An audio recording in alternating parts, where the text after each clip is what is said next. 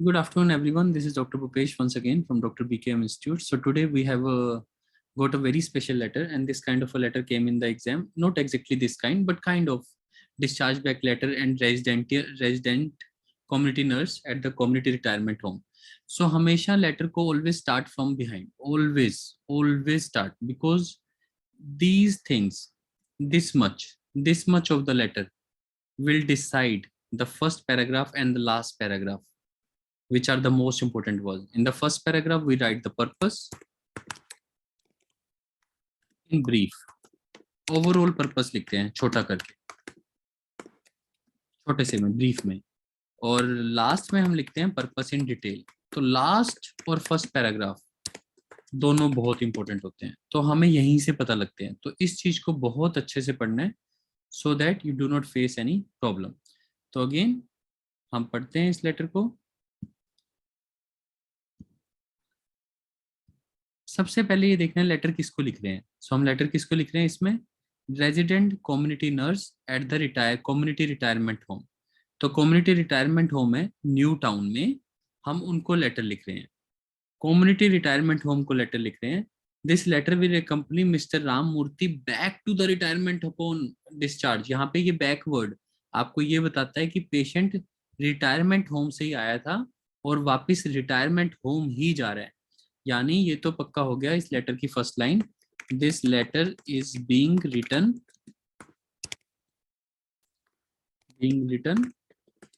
Regarding your, आप यहाँ पे वर्ड यूज कर सकते थे, regarding your resident mister Rammurthy. जब भी डिस्चार्ज बैक लेटर आएगा पहली लाइन कुछ ऐसी बनेगी. जब वहां का रेजिडेंट है तो रेजिडेंट से अच्छा वर्ड क्या है, regarding your resident. So this would be the first line of this letter. So make sure यहीं पे आपके मार्क्स लगने शुरू हो जाएंगे, क्योंकि वो रेजिडेंट है रिटायरमेंट होम का. So regarding your resident mister Rammurthy, जो भी नाम है बिल्कुल सेम स्पेलिंग के साथ लिखना है.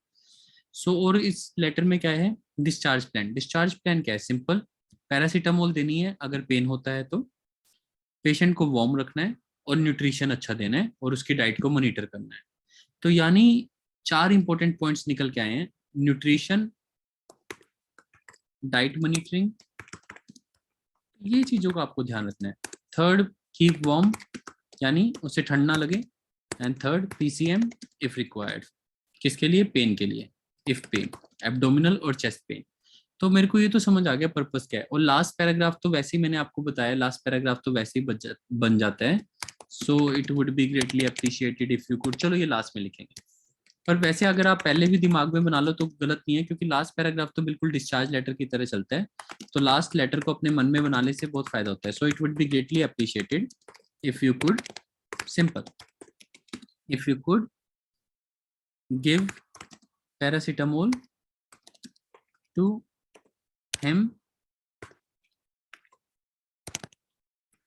if he suffers, अगर वो सफर करता है तो, if he suffers from abdominal, और पूरा लिखना है एब्डोमिनल और चेस्ट पेन. तो पेन के केस में उसको ये दे देना. ऑल्सो एक passive voice, the patient should be kept warm. Spelling के लिए please forgive me. Passive voice वो is am sorry should be के साथ थर्ड फॉर्म. फर्दर, अब लाइन को कॉम्प्लेक्स नहीं करना. फर्दर, गुड न्यूट्रिशन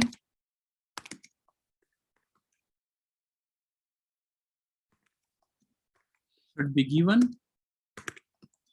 ये बड़ा अच्छा वर्ड है अगर आप सीखना चाहते हो, इन द फॉर्म ऑफ. अगर आप ये सीखना चाहते हो कि वो गुड न्यूट्रिशन कैसे होना चाहिए, good nutrition should be given in the form of increase fluids, eggs, fruits and vegetables. देखो कितना अच्छा लाइन बन गया.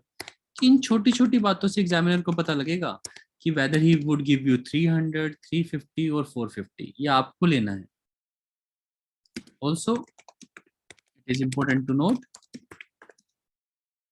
इट इज इम्पोर्टेंट, अगर आप थोड़ा और इम्पोर्टेंट टू नोट, अगर थोड़ा और लिखना चाहते हो, थोड़ा और अच्छा लिखना चाहते हो, it is important to be noted that he needs assistance in monitoring his diet. देखिए कितना अच्छा पैराग्राफ तैयार हो गया, कितना अच्छा, बिल्कुल simple easy.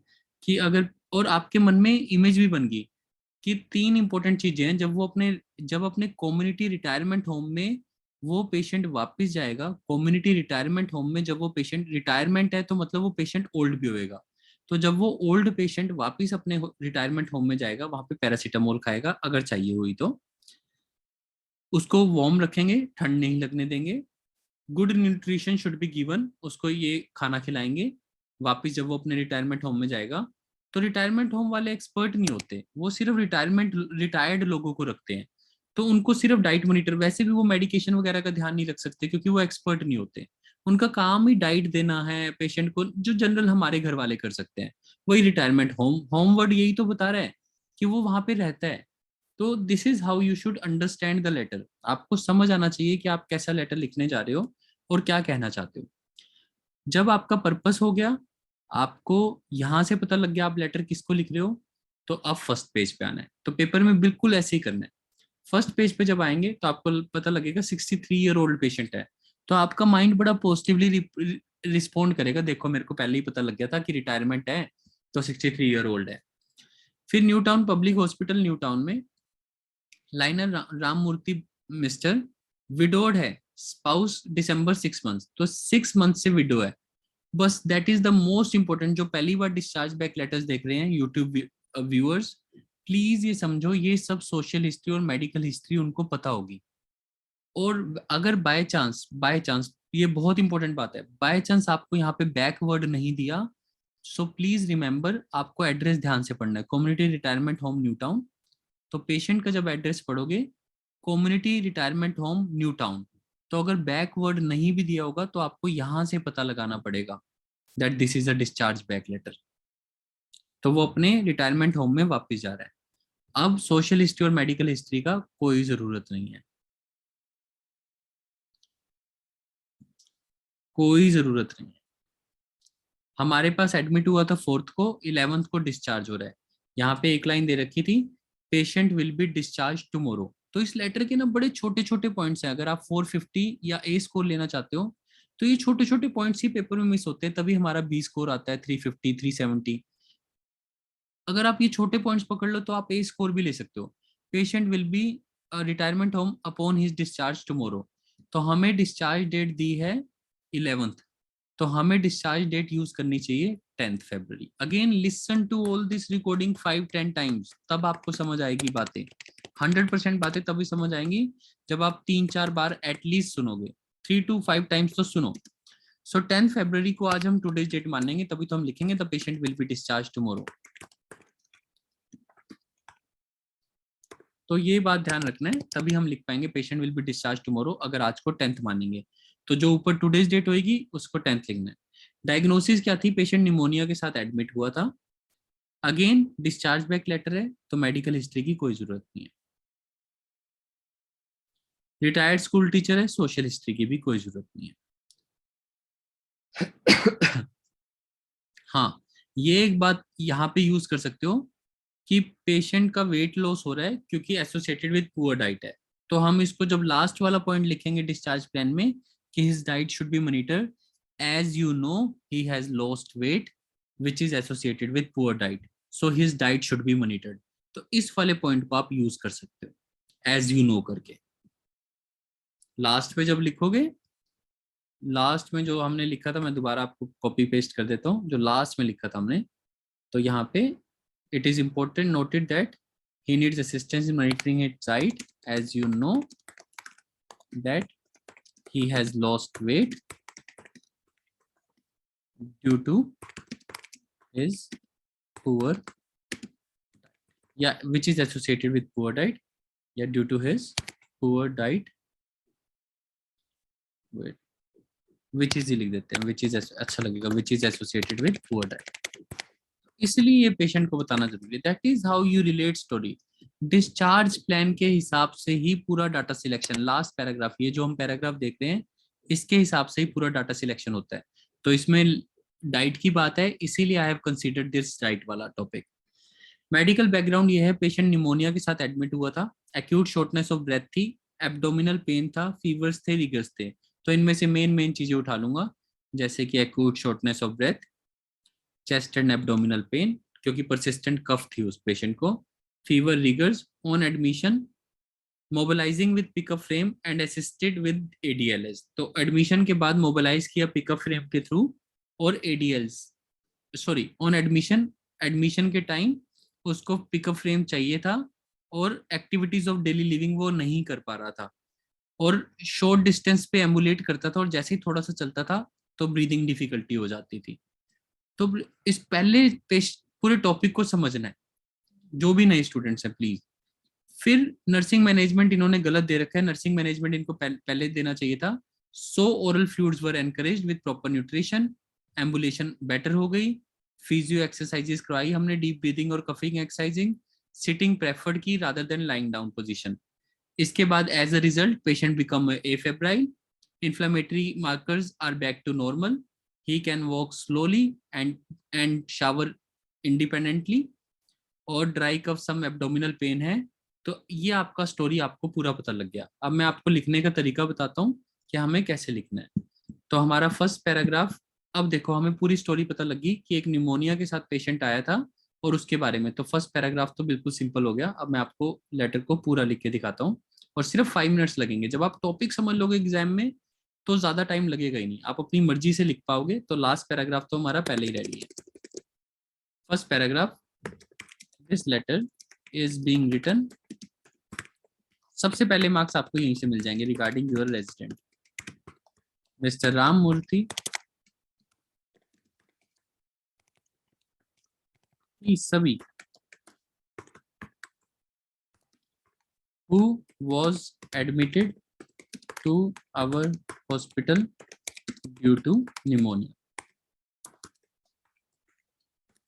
After treatment, simple, after treatment आप पर्पस लिख रहे हो तो पर्पस में ये बताओ कि इस चीज के साथ आया था। After treatment his condition is better, so he is being sent back या transferred back,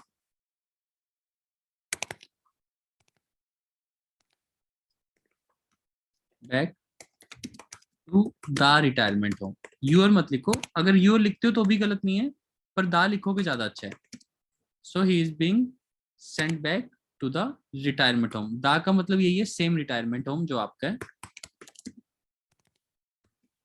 once he reaches या returns, once he returns, returns word बहुत पावरफुल है। अगर रीचेज बैक भी लिखते हो तो भी कोई दिक्कत नहीं है, बट मैं आपको बेस्ट जो भी अच्छे वर्ड्स हैं, once he returns there you are advised. हम एडवाइस कर सकते हैं ना, क्योंकि वो रिटायरमेंट होम है, वो स्पेशलिस्ट तो है नहीं, तो उनको रिक्वेस्ट क्यों करनी है, उनको हम एडवाइस कर देंगे। You are advised to follow few instructions for his speedy recovery. देखिए कितना अच्छा टॉपिक बन गया, फर्स्ट पैराग्राफ कंप्लीट हो गया कि एक पेशेंट जो आपका हमारे पास आया था, एडमिट हुआ था due to pneumonia, after treatment better हो गया, इसलिए हम वापस आपके पास भेज रहे हैं। जब एक बार आपके पास पहुंच जाएगा तो आप फ्यू इंस्ट्रक्शंस फॉलो करना फॉर इस, this is how you should write discharge. अब बीच वाले जो पैराग्राफ हैं उनकी इतनी स्ट्रेस नहीं लेनी होती, तो आप सिंपल लिखोगे एज यू नो। ये सबसे इंपॉर्टेंट पॉइंट है, as you know when he was admitted he was having shortness of breath, main symptom along with abdominal and chest pain due to persistent coughing। देखिए main symptom सारे उठा दी। जब भी आप as you no लिखते हो तो ये सबसे इंपॉर्टेंट बात है, प्लीज मैं आपको बार बता रहा हूँ, आप सभी ये भी अच्छे से सुनोगे, पर इसको अगेन जितनी बार लिखोगे उतने ही आप स्ट्रोंग बनोगे। जब तक आप लिखोगे नहीं तब तक आप स्ट्रोंग नहीं बनोगे। तो प्लीज इसको लिखना पड़ेगा आप सबको। जो भी पहली बार डिस्चार्ज बैक लेटर को सुन रहे हैं, प्लीज इसको 2-3 बार सुने, एक बार लिख दे, फिर आपको डिस्चार्ज बैक लेटर में कभी प्रॉब्लम नहीं आएगी। अगर आप नहीं लिखोगे 3-4 बार तो बार बार प्रॉब्लम आएगी। सो प्लीज एक ही बार अच्छे से कर लो, करना तो है ही, क्योंकि कल भी डिस्चार्ज बैक लेटर आया कल के एग्जाम में, कल का एग्जाम का मतलब 26 जून के एग्जाम में डिस्चार्ज बैक लेटर आया है। So it is very important. तो प्लीज आप सभी समझो, इसको समझो। अब सारी बातें लिखने की जरूरत नहीं है, लेकिन हाँ एज यू नो को जो शुरू किया है, सो के बिना खत्म नहीं हो सकता। सो रिक्वायर्ड ट्रीटमेंट वाज गिवन। अगर ये पेपर में आया होता तो पक्का यहाँ पे दिया होता स्टेरॉइड्स वर गिवन। तो अगर ये पेपर में होता तो यहाँ पे ट्रीटमेंट दी होती। सो ऐसे होता, so oxygen mask was applied. अगर पेपर में आता तो ये पक्का, अगर किसी को निमोनिया तो ऑक्सीजन तो दी होगी क्योंकि पल्स ऑक्सीमीटर पे। तो हमेशा यहाँ पे आपको वो वाली लाइन लिखनी थी, he was admitted with shortness of breath. ये चेस्ट पेन वगैरह हटा दो। तो आप ऐसे लिखते, when he was admitted he was having. कि आपको तो पता ही है, जब वो हमारे पास आया था आपके रेजिडेंट होम से, जब आपके होम से हमारे पास आया था, so oxygen mask was applied immediately. तो पेपर में ऐसी लाइन बनेगी, पर यहाँ पे हमें दिया नहीं था इसलिए हम यूज नहीं कर पाए। लेकिन अगर पेपर में आएगा तो ऐसी लाइन बनेगी। लेकिन हाँ हमने बाकी सिम्टम्स लिखे थे and abdominal and chest pain due to persistent cough वाली लाइन लिख के so required treatment was given. अगर दिया नहीं है तो हम रिस्क नहीं लेंगे, तो हमने लिखा सो required treatment was given on urgent basis। तो हमने ऐसे लिख दिया कि रिक्वायर्ड ट्रीटमेंट दी गई। अब मेन टॉपिक जो है, अगर अगेन डिस्चार्ज प्लान को हमेशा दिमाग में रखना है, तो ये डिस्चार्ज प्लान है आपका। तो डिस्चार्ज प्लान में शॉर्ट कफ वाली बात मैंने यहाँ पे लिखी थी, परसिस्टेंट कफ वाली, क्योंकि यहाँ पे एब्डोमिनल पेन की बात थी तो इसलिए मैंने यहाँ पे लिखी। दूसरी बात है न्यूट्रिशन की बात, वो तो वहीं पे पूरी होगी। देन इसके अलावा patient should be kept form, तो कोई भी ऐसी बात नहीं है, तो हम अब नॉर्मल चल सकते हैं। सो एक वॉकिंग की बात ना पूरे, अब इस लेटर को अगर मैं पूरा करना चाहूँ, अगर मैं इस लेटर को ऐसे तो मेरा टास्क ही कंप्लीट नहीं होगा, लेकिन अगर मुझे लेटर को इसको पूरा करना है तो मुझे एक और डाटा कंसीडर करना पड़ेगा। तो यानी 200 वर्ड्स पूरे करने हैं। तो एक तो ये एब्डोमिनल पेन डाइट चल रहा है, एक वॉकिंग का बहुत चल रहा है। तो वॉकिंग वाले एक टॉपिक को आप उठा सकते हो। तो जब पेशेंट आया था वो वॉकिंग वॉकिंग नहीं कर पा रहा था और उसको एक्टिविटीज के लिए वो चाहिए थी, एक्टिविटीज ऑफ डेली लिविंग, यानी जो नॉर्मल एक्टिविटीज है उसके लिए असिस्टेंस चाहिए थी। तो इस लाइन को कैसे लिखेंगे देखते हैं। प्लीज अब देखना, जो पास्ट में है उसको पास्ट में लिखना है। आप ऐसे नहीं लिख सकते कि भाई उसको हमने दिया, ये नर्सिंग मैनेजमेंट नहीं है, ये था। सो ऑल्सो या अलोंग विद दैट, अब at the time of admission ही चल रहा है, along with that he could walk. अपनी लैंग्वेज में लिखो, वो चल पा रहा, ही कुड नॉट वॉक या ही could walk only with the help of pickup frame. अगर चल पा रहा था तो सिर्फ पिकअप फ्रेम से ही चल पा रहा था। तो जो वहां पे दिया वो लिखो। एंड कुड नॉट डू की जगह मैं लिख सकता हूँ execute his daily living activities. ऐसे छोटे छोटे वर्ड्स आपको मार्क्स बढ़ा सकते हैं।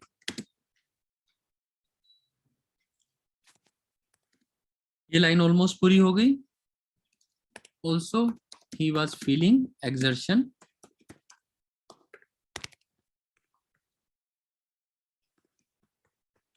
On walking even small distances. अपनी भाषा में कि थोड़ा सा भी चलता था तो भी एक्सर्शन हो जाती है। तो पेशेंट की कंडीशन बता रहे हैं।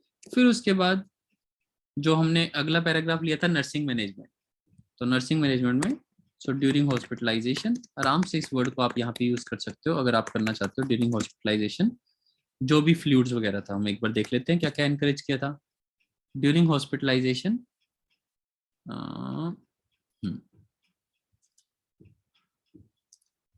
अच्छा पढ़ने में थोड़ा टाइम लगता है, लेकिन एक बार समझ आ गया तो आपका बहुत फायदा होगा। During hospitalization oral fluids and proper nutrition were encouraged. इसके साथ साथ डीप ब्रीदिंग और कफिंग एक्सरसाइजेस भी एनकरेज की गई। बस ये 2 पॉइंट इंपॉर्टेंट लिख दो। सो बिल्कुल सिंपल, आराम से।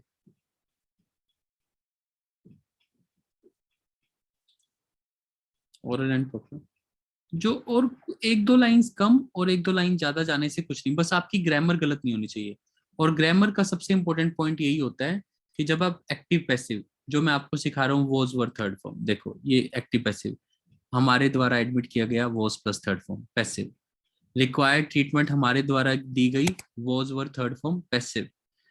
ये अपने आप चल रहा था तो ही कुड वॉक, यहाँ पे passive was were third form नहीं लगी, यहाँ पे भी वॉज वर, ये क्योंकि वो सब कुछ खुद फील कर रहा था। पैसिव का मतलब he was were third form है। ड्यूरिंग हॉस्पिटलाइजेशन ओरल फ्लूइड्स जो भी था and proper nutrition were encourage, and proper nutrition were encouraged. ये लाइन भी पूरी होगी। फर्दर इसके साथ साथ हमने क्या किया,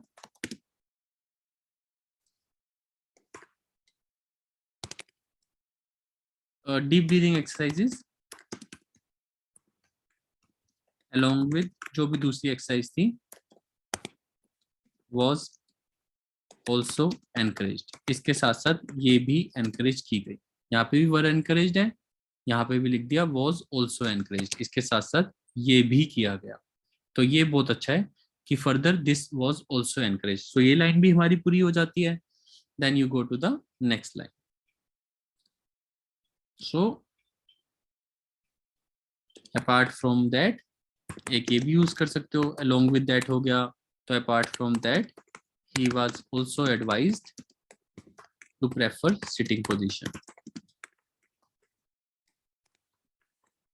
for postural damage। अगेन ये पॉइंट इतना इंपॉर्टेंट नहीं है। फिर जो पैराग्राफ उन्होंने गलत जगह पे दे रखा है, तो पहले मेडिकल प्रोग्रेस क्या हुई, तो ये बेस्ट यहाँ पे लगेगा। एज अ रिजल्ट ये सब चीजें की गई, as a result he has become, अब प्रेजेंट में ले आओ कि वो ए फेब्राइल हो गया है। बस यहाँ पे आपके पॉइंट्स और बढ़ जाएंगे जब टेंस चेंज होगा। ही has become a febrile, now he can walk and shower independently. पहले उसको प्रॉब्लम आ रही थी, but still he can walk only he can walk slowly, but still he can walk, थोड़ा सा कॉम्प्लेक्स बन रहा है, still his walking is slow। अभी भी उसको पूरा रिदम नहीं मिला है, तो हम पेशेंट की कंडीशन बता रहे हैं, ठीक है। अपार्ट फ्रॉम दैट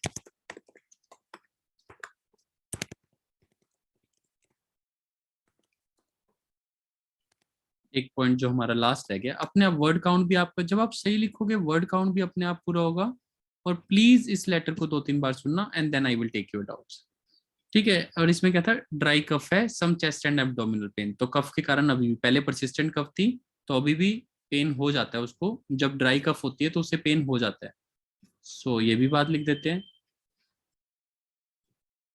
तो अगर इस बात को थोड़ा और सिंपल लिखना है तो हम ऐसे लिख देते हैं कि इस टाइम उसको, at this point of time. तो ये बड़ा अच्छा लाइन है ये भी, कि अपने नेचुरल कनेक्टर्स को यूज करो। ओईटी में वो सब कनेक्टर नहीं चाहिए होते, फर्दर मोर मोर ओवर, पहली बात तो वो कनेक्टर्स नहीं होते तो उनके बारे में बात नहीं कर रहा।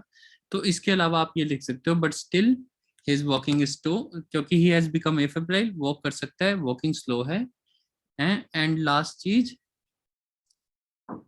Now he just has chest and abdominal pain due to dry cough। तो पहले persistent cough थी due to dry cough।